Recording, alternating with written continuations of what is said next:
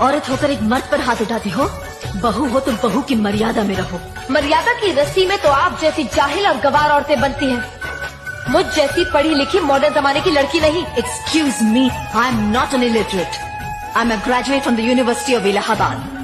I am aware of the modernization of women, but I have not forgotten my culture, my customs, my traditions and my values. And most of all, I'll never ever forget that I am an Indian woman. Modern जमाने की औरत भी औरत ही होती है। उसे भी मर्द ही ब्याह कर ले जाता है।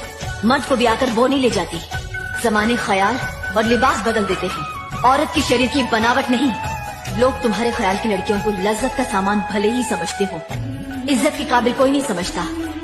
इज्जत आज भी उन्हीं औरतों की होती है जिनकी आंखों में हया हो, लाज हो, शर्म हो।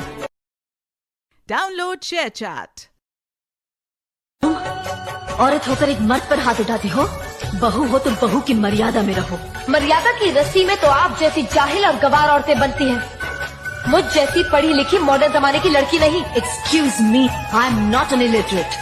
I am a graduate from the University of Allahabad. I am aware of the modernization of women, but I have not forgotten my culture, my customs, my traditions and my values. And most of all, I'll never ever forget that I am an Indian woman. Modern जमाने की औरत भी औरत ही होती है। उसे भी मर्द ही ब्याह कर ले जाता है। मर्द को ब्याह कर वो नहीं ले जाती।